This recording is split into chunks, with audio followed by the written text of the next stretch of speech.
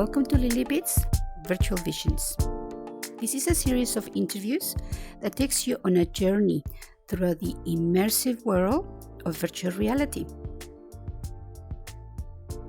I am your host, Lilybit, virtually Rem, but you can call me Lilybit.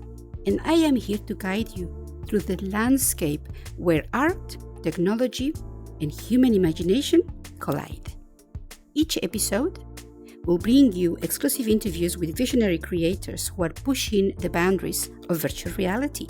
My guests all share a common thread, a passion for harnessing the power of VR to shape new realities and explore the endless possibilities of VR as a platform for creative expression and innovation. So join me. Sit back and let's embark on a journey through the endless possibilities that creative artists and virtual worlds will bring to you. Subscribe today, and together we'll explore the limitless creativity of the virtual reality realm.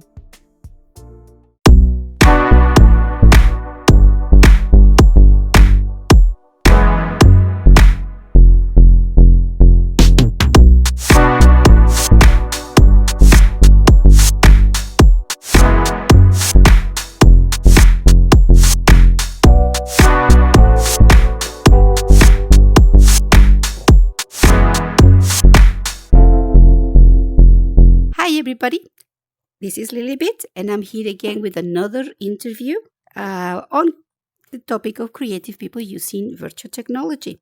If you're not familiar with the technology that we use, we tend to play in a game called VRChat, which is a social game. So it's not just about one game in particular. It's like a platform where you can play all kinds of different games and do activities, So if you are into the shooting games, into space and all that, you can go to worlds that do that. Or you can also do things like just sit in a bar and talk to friends, have a party. It's just become a social thing. If you want to sleep in VR, which is another subject, and I will actually find someone that does that as well, so we can talk about it in the future. But for today, I've got a really, really talented individual that posts on Instagram. I have been following her for a little while, and she is amazing. I love the use of color she does in her work. It just pops. So I will let her tell us a little bit more about her journey. Her username is FreshBrogurt. I hope I'm saying that right, and I find it very interesting. So welcome, and tell us a little bit more about it. Hi, my name is FreshBrogurt. If you want to, you can also call me Savannah. That's my real name. Oh, thank you. I am a. You're welcome. I'm a photographer, also who went from doing photos for like 2 years, just switched up and went to videography because I was feeling passionate, and I was like, "What more can I do?" I also edit avatars, if you can tell. Oh yes, I definitely really like rainbows. I love rainbows, colors, patterns. There's too much what's it called? For me, for my taste personally, black and white just isn't really my thing. And this is basically like, if I can't express myself through clothing IRL, this is me doing it now.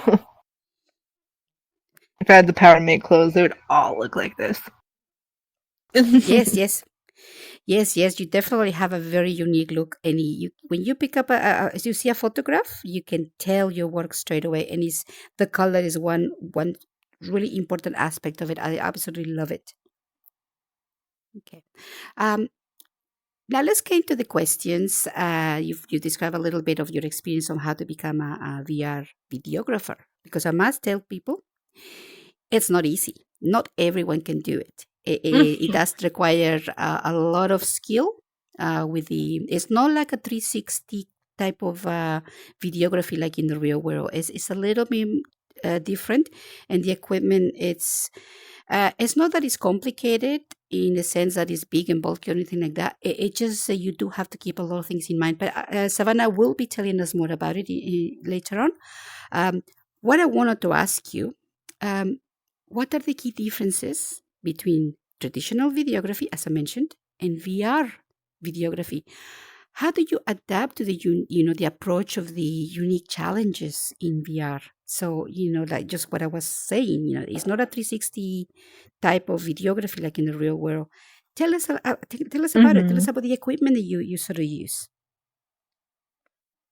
So I mainly use VRC lens, and it definitely is a challenge to be able to do videography in VR because not everybody has that massive play space to be able to move around with a camera. So I have a very small play space, like this is it. That's it. So it is very, very challenging to do that. Besides like real life videography, you obviously have an actual thing in your hand that you can walk around with and there's no bounds telling you, hey, back up. And like you have free range of the world. But it's different in VR. So usually I like to use VRC lens because this just won't do it. And doing drone work is much different because in VR it's an environment made by people, made up of digitally processed things. In real life, you're controlling it with a remote. So, a lot of big key differences, but also it's a lot alike too. Based on the movement, even if you can't walk around that much to be able to get the perfect shots that you want to get, for handheld videography, you can still do the same thing that you would do if you were actually holding a camera. Drone videography is a little bit different, but I think it's possibly steadier than an IRL cam would be. Because to some degree, it's going to be a little shaky, even with the perfect drone. Yeah, that's but true. It is quite an experience learning how to control a menu from a controller with a bunch of things on it. The RC lens is set up like on this camera, you have a bunch of things underneath that you can do with it, like adding focus, the behavior, what it's doing. The RC lens tends to be a little more advanced, but it's not. You can easily learn it. Basic photography, videography things like aperture and a bunch of other stuff with zoom and depth of field. This camera I don't really use, and there's other ones too, like besides the RC lens. I believe somebody made what's it called? It's like an Aura one that you can actually hold and control a lot easier than having to flip through tons of radial dials in your menu. So there's a lot of stuff that is similar in both of the aspects of real life and in VR. Yeah. I understand where you're going about because the VRChat camera, the basic one, is really really good up to a level, up to a point. Mm-hmm. When it comes to the drone, it becomes a little bit like you say. It's so hard to control. It's really jaggy. The movements are really strong because they're using the dial system, which is not as comfortable or easy to master. So if we've got any good programmers and program creators, please provide us with more options. When it comes to the equipment to do photography in VR, it really will be wonderful. Yeah, don't you agree that we can need more options? I do agree. Like, I understand this camera, it's not meant for advanced people, but me as a person that has done a decade of videography, photography, I need something more advanced. Because, like, I want to see people blossom in this community, have a lot better tech upgrades with inside of the virtual realm. It would be so good. Oh, yes. Keep going up, just going up. Definitely. Yes, yes. I mean, you do a wonderful job to actually showcase some of these awesome worlds that are out there because VRChat, there is, like I said, the social part of it where the majority of people just hang around and talk to friends and that. But if you do the Mhm. exploration and visit some of the worlds, because you're not just a videographer and a photographer, you're also an explorer because you go and visit these amazing worlds that are very obscure and very sort of dark, or they can be absolutely Mhm. beautiful and cheerful and bright. The variety is just incredible, and there's so much to discover, and this always keeps growing. There's people always making new things. So we definitely need people like Savannah that will take us there and take all Mm. those images and those experiences out into the real world so people that do not come into these virtual reality spaces can actually experience it because it would be a shame, not to actually experience and watch it, see Yeah. it. Yeah. Mhm. Awesome. As I mentioned, the VR technology, we require it to be evolving constantly. Um, how do you stay up to date with, with the latest VR equipment and software? How does that affect your work? And I mean, I guess we kind of touched on that already. But is there something in particular that you would be sort of really, really keen to have done regarding the cameras that you might have the options to do? Um, hmm. I think it's mainly just keep on updating VRC lens. The person who made it is really good about constantly, really good at updating it because VRChat has so many updates. Yes, that's So true. we just have to keep updating with it. But that's mainly the one thing. And I also think that they could improve on this one. I know it's pretty accessible now, but there's a different design I was thinking for this camera, so it would be more user friendly because it's still kind of hard to maneuver it. Oh, I agree. Actually, um, please share because maybe the VR chat creators will be actually watching, hopefully one day, and listen to some of the advice from someone who actually mhm. uses the camera as a video camera. What would you change? What would you include? So, like, it wouldn't mainly be for me because I'm a person that does like VRC lens. I've been very what is it, loyal to that person's work and like using their technology. Uh, but if they were to change this camera, sorry, I gotta have it in front of me because I Yeah, like having hands-on demonstration, and this is how close I get to it. yeah, sure. um, so mainly, I would knowledge is power, like you said, and not everybody is a god tier amazing photographer. Some people are just starting out, and they're like, I don't know what to do, and the internet can't help as much as it could, and you don't probably want to look up how to do that stuff, and when you have like right here, you're inside VR. Something should help you as like a tool. Being able to maybe hover over exactly what something is. So, like going over to aperture. Not many people know. That's a foreign word. Yeah. Nobody's gonna know all that stuff. So I would recommend having a place where you can hover over it and it tells you what this does and what the function is.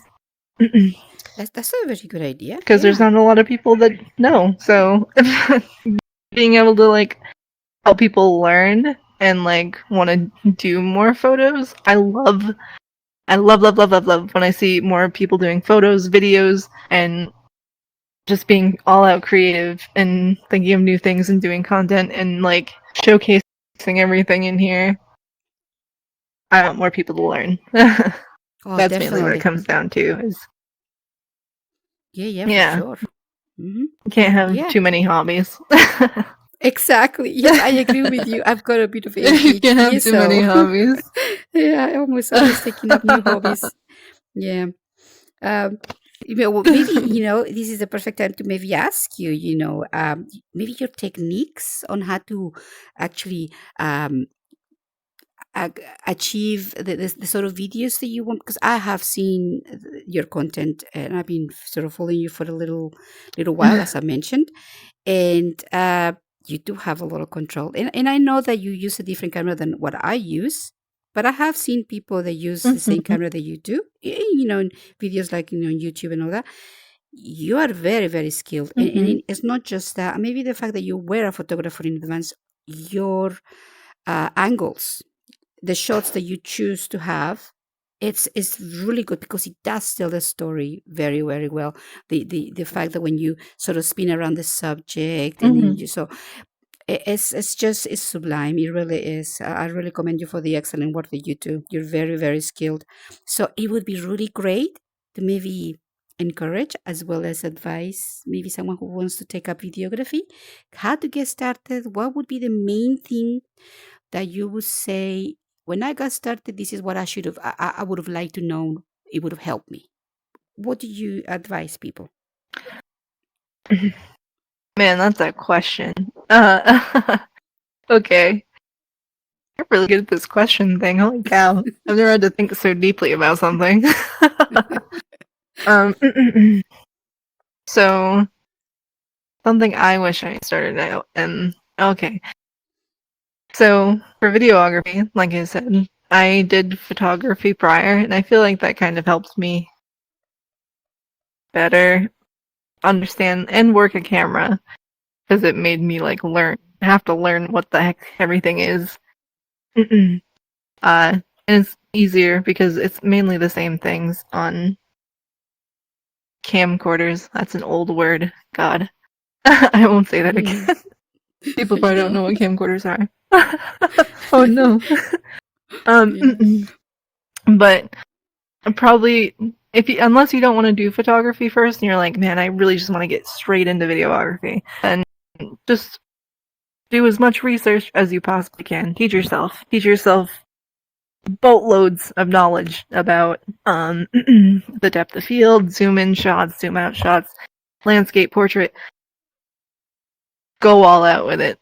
Just learn everything you can before you actually start. And it's not that I don't think you won't be great going into it with no knowledge, but at least you'll be more equipped when you do go into it. Yes, that's for sure. And So, I would also recommend you can start off with this camera. That's fine. Beginners. Really good. But if you're gonna do drone work, I would recommend not that one. The VRC lens gives you more of a freedom, and like I said, it's smoother, and there's also a smooth dial on the camera itself, so it kind of helps you slow down or go faster, whatever point you want to go for. And on this camera, you just can't do it with the drone feature, because as much as it is smooth, it'll still have those jerks. Yes. The stop, little stop points. Because it's not smoothed out and it's not centered on a point. On the actual VRC lens, you have a pivot point where you can drop it, and then whatever angle you want to go from first. I really like going from the top to the bottom because those are really cool shots. Not a perspective everybody sees from. That's what I mainly go for, is perspectives you wouldn't see things from. Usually. Other times, like when I'm doing dance videos, people were like, stop moving the camera so much. And I'm like, creativity. Going from different angles. Yeah, jazz it up, man. Oh, I'm sorry. Did I? No, all good. All Am good. I not supposed to swear? Oh, it's okay. I have not done an interview in so long. Savannah, just be yourself. You're all good. I love your personality. Okay, alright. Oh yeah, jazz it up. Just you see me right now? So what I put into my videography and photography is this. Exactly. Yes. And that's what my whole personality. And you're looking at how I see things through a lens. Yeah. And it's that, believe me, it's a very how it comes down to. It is, yeah. It's crazy. It's crazy in this world. But yeah, And if you do want to start, I would recommend all the lovely people that are really big influences and would love to give guidance. Like a ton of other photographers and videographers I know that are amazing, including myself. If anybody asks, I'm so incredibly willing to help. Yeah. That's why I love this game. That's why I actually fell in love with VR because of the community. And I have played other games in VR with my headset, and they're okay. But at the end of the day, I love the sense of community, and how you are welcome with uh, your personality is what actually makes people want to get to know you. It's not about what you do for work in the real world, your social status, your looks. Nothing like that matters here. It's all about who you are as your energy, and I love that. And I love how everybody's so accommodating and so sharing and so welcoming. It's a beautiful, beautiful community. And Savan is one of the best, very talented. Because I love the fact that you do explore. You actually, uh, not just the exploration of the worlds, but you explore shots and techniques and angles. Like you say, start from something that you as a human, you wouldn't do that. And because in VR, we can fly to the moon. I mean, we've got a moon right there. It's amazing. So definitely.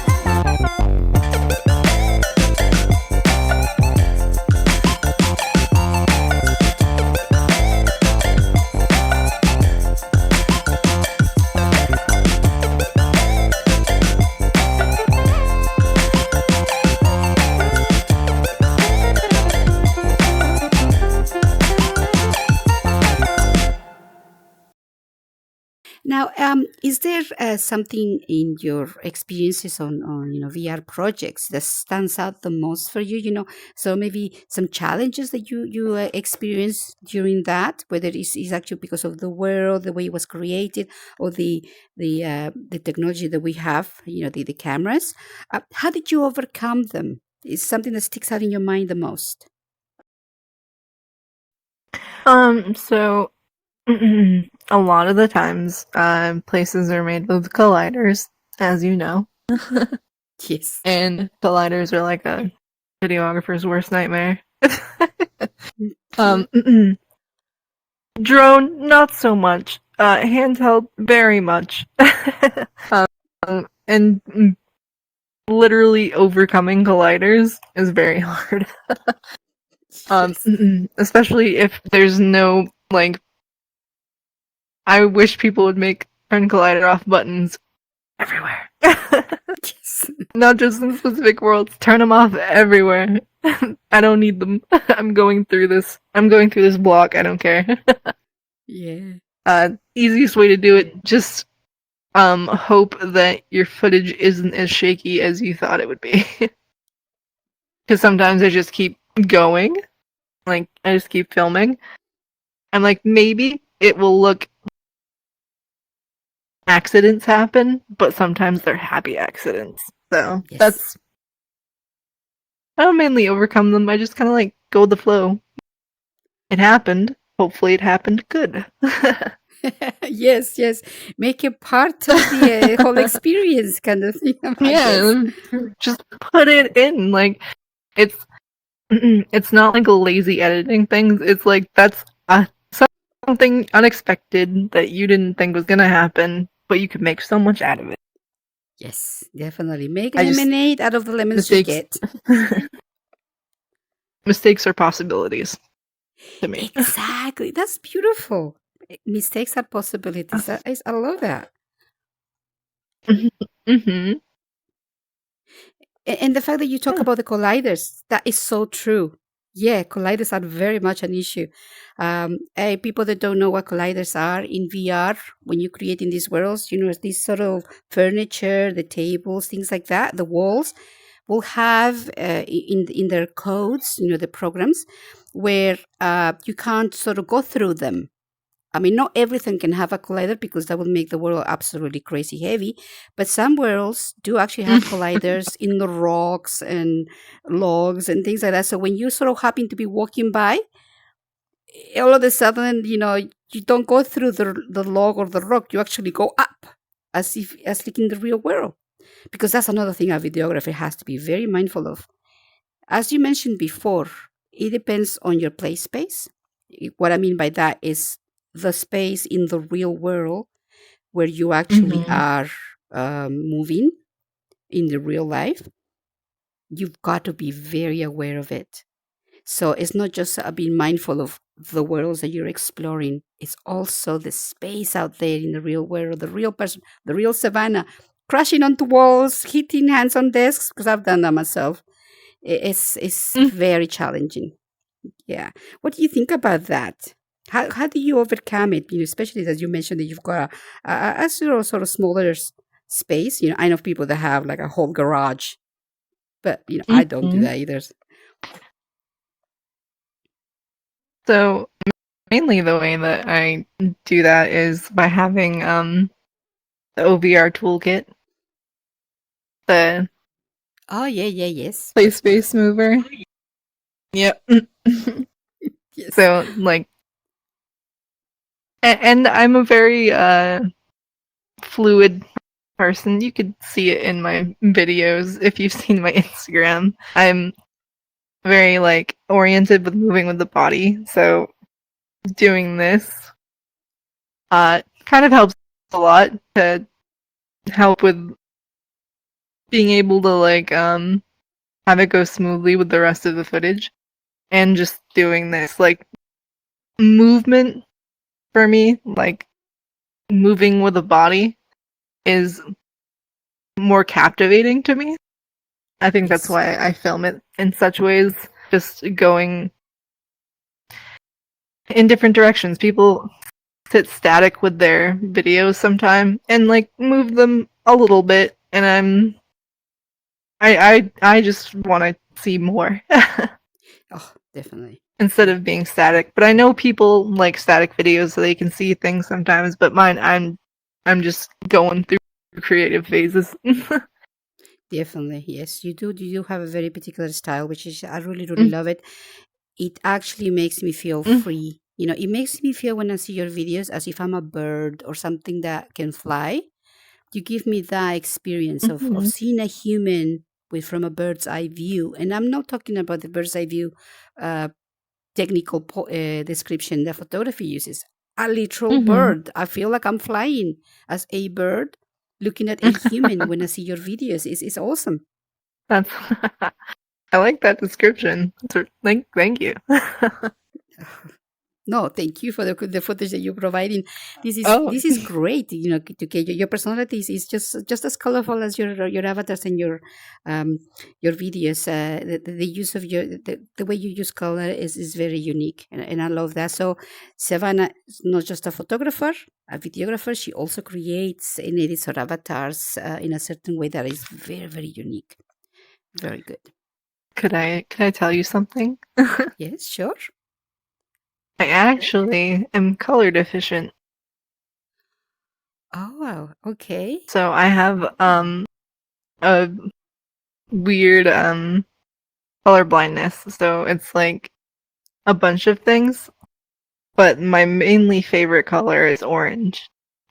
But I use rainbow because it is just the brightest thing, even though I can't see all the colors. But you see shades of it. You see, I'm an interior designer and a Yeah, I color see consultant shades of it. sometimes. And when I saw your the way you create and the way you sort of use color, I always thought to myself, she sees the world differently. And it's not that, you know, some people are very scared to be different. I don't think you should be scared of being different. Nobody should be scared of being different. That's what makes this world No, so not ever. amazing.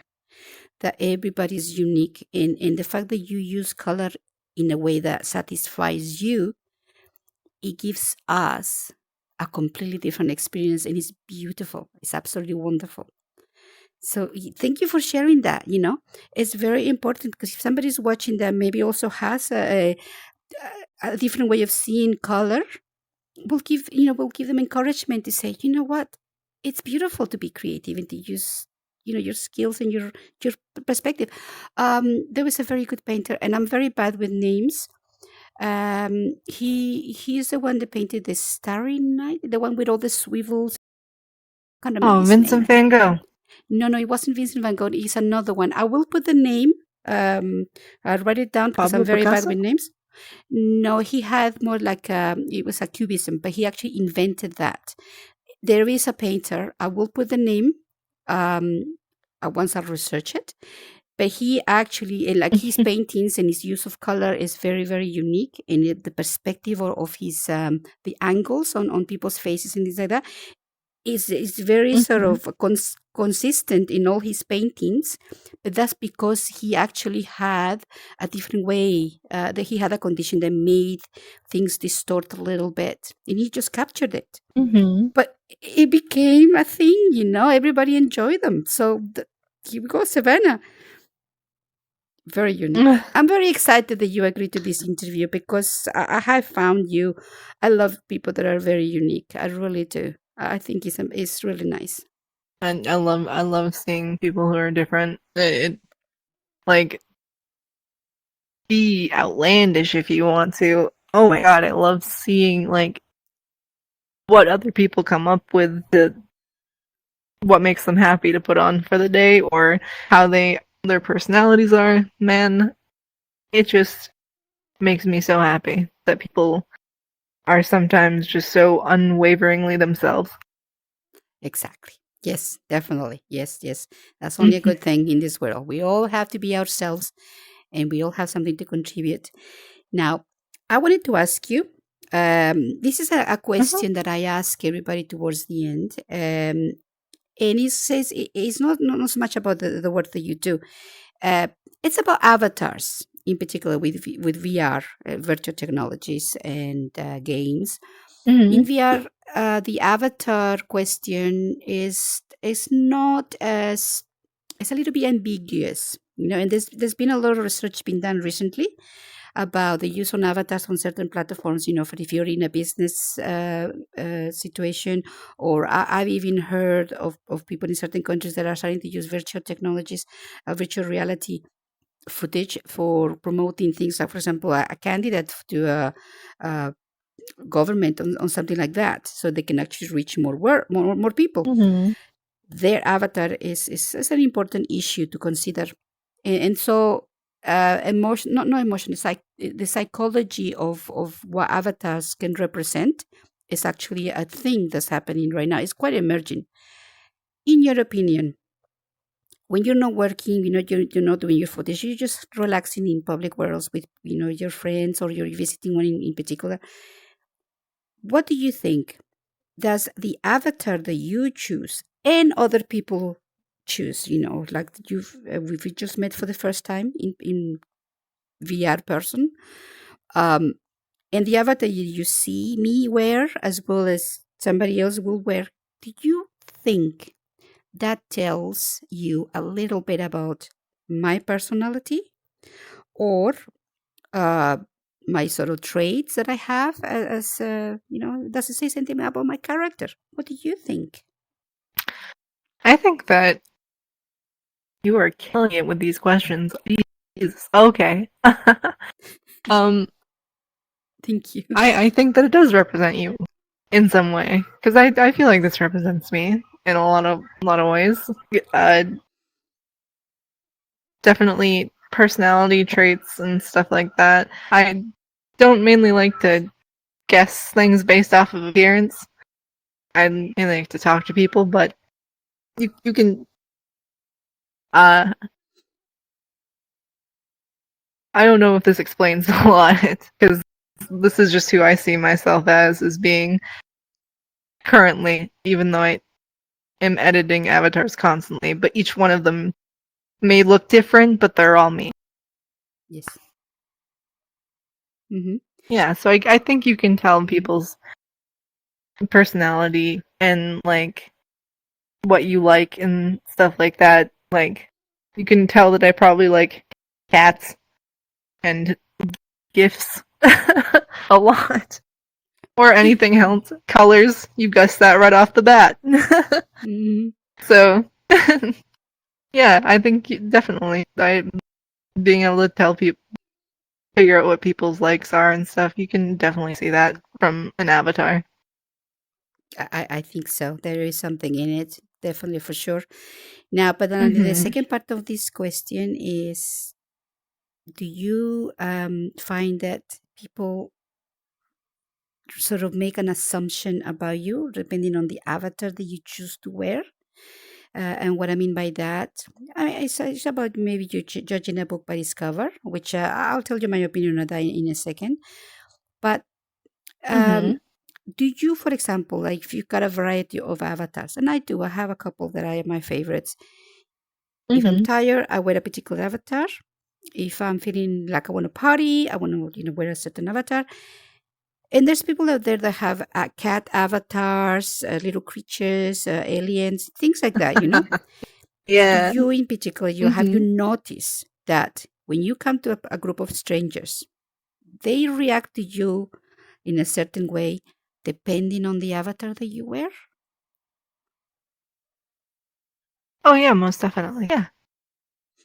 Yeah, Mm-mm. I think. Uh, I definitely agree with that statement. Definitely, they're gonna react different seeing me in this versus a cat clown avatar I have. Two Mhm. different reactions, definitely. Yeah, yeah.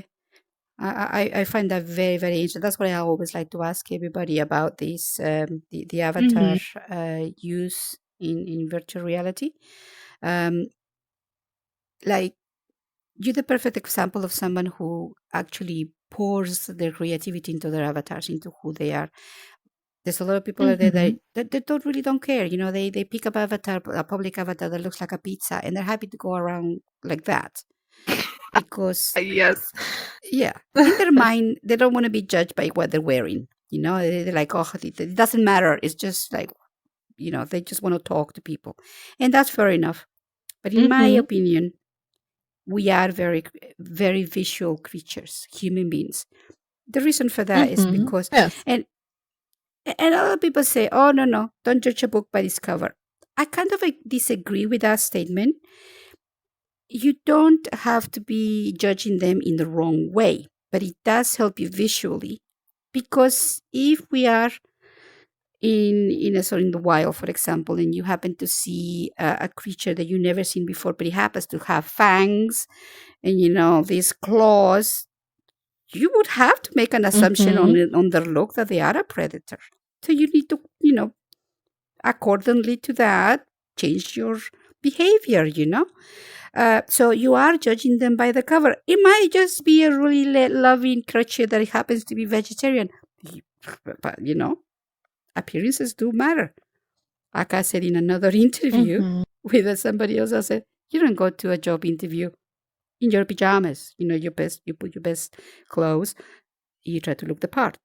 I really think that the avatar that you pick does say a lot about you, and it's not in a bad way. It actually points out the certain likes that you have. For example, with you is the color, the creativity, and the personality that you have. The use of color that you have, it means you're so bubbly, so open, so like what's the right word that I'm looking for?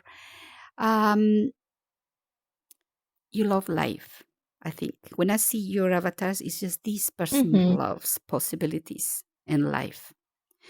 There was something that another one of my interviewees kind of pointed out, and I thought that was really, really interesting that I never thought of before. Sometimes the avatar, when I asked him the same question, he said, it's actually a bit of both. It's a symbiosis between you and the avatar. It's not just you picking up the avatar and you get judged by that particular avatar's look. But when you put a certain avatar, your personality also changes depending on what you're wearing. What do you think about that? I thought that was very interesting.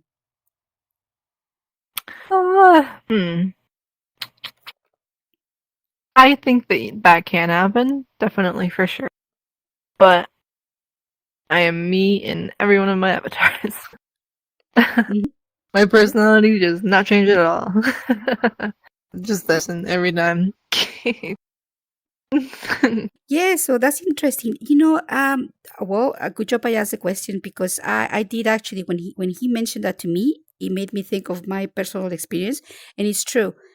Depending on which avatar I wear, I do behave slightly differently because, like, for example, I've got my optimized avatar for going dancing, and I get very energized by it, and I just want to just dance, and I'm searching for music all the time. The one that I love to sleep with or in is like a costume. She purrs, so that relaxes me. She looks like a little cat girl, with the ears and the tail. Aww. And it makes me and I become very childlike. I just want to sleep, I want to cuddle, and I want somebody to just cuddle me. And then that. When I wear my main avatar, which is this one, which is also made by Rxsi, I should mention. Beautiful work, Rxsi. I love the stuff that you make. I do become a little bit more confident than I am in the real world, which is very, very strange. I'm very shy in the real world, so this does actually being who I want to be kind of thing. It gives me permission to be a little bit more outspoken and voice my opinion. I understand. Yeah, but when the fact that you say that in every avatar you are you, I think, and I'm just going to have a guess here, I think it's because you already know in the real world who you are. Therefore, whatever you wear is not going to change how you behave. That is very interesting. It's a very complex subject, I think, because we are all very different. There's conversations are crazy because everybody's different. Yes, definitely. Yeah. Okay, well, excellent. Thank you so much, Savannah, to being here with us. It's been absolutely a treasure to get to know you a little bit more. I am a bit of a groupie, so a bit of a fan on your work. So this has been truly an honor for me. Yeah, it's been absolutely beautiful. I can't stop blushing. Well, it doesn't show. Stop. Yeah, my cheeks are already red. You can't tell. It's just been great. Well, look, keep up the good work. I hope to maybe talk to you in the near future again. I love to see how things are progressing, and I'm sure whoever gets to see this gets to know you through this interview, and I'm sure they will be eager to see where things will take you. Thank you so much for being here with us. I can't wait to come back here again. You're a great interviewer. Keep watching her stuff. That's crazy. So good. Oh my god. Oh, stop it. Now you're making It me was lovely blush. talking. Yeah, you blush now. You're amazing. You're perfect. You're fantastic, different, lovely.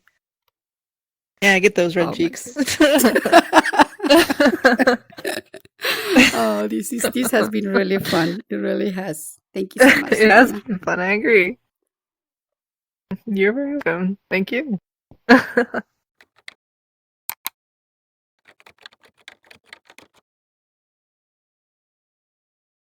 Remember to subscribe today and turn on your notifications if you would like to join me on my next interview. Thank you for watching. See you next time.